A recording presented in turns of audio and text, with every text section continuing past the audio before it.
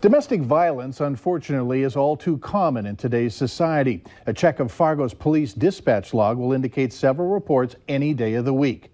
Valley News Team's crime and safety reporter Bailey Hurley set out to find if the stress of the holidays causes more violent behaviors.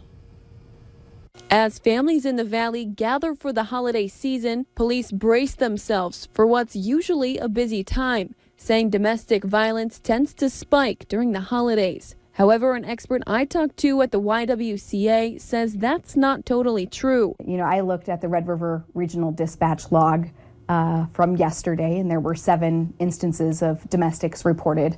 I looked at the same log for last Thursday, a random Thursday in November, and there were 10 reports. Prochnow says domestic violence isn't just isolated acts, but rather a pattern happening whether it's the holidays or not. The reality is that many in our community face violence each and every day, because violence doesn't happen only at 8 a.m. It doesn't happen only at 6 p.m. It doesn't only happen at 2 a.m. But according to the National Domestic Violence Hotline, the holiday season does impact victims reporting their situations, saying they're less likely to reach out for help, prompting Prochnow to remind you to pay close attention when visiting family members this season. And so I might have more exposure to that person during that time. And I do think it's important to look for the signs of that power and control. But also saying you don't always have to be the hero if something is going on. I think oftentimes our initial response is to go into rescue mode because we just want to be helpful.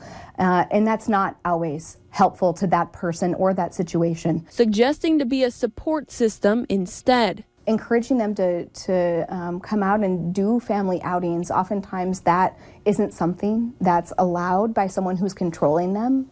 In Fargo, Bailey Hurley, Valley News Live. If you or someone you know is a victim of domestic violence, you can go to our website for more information and click on this story.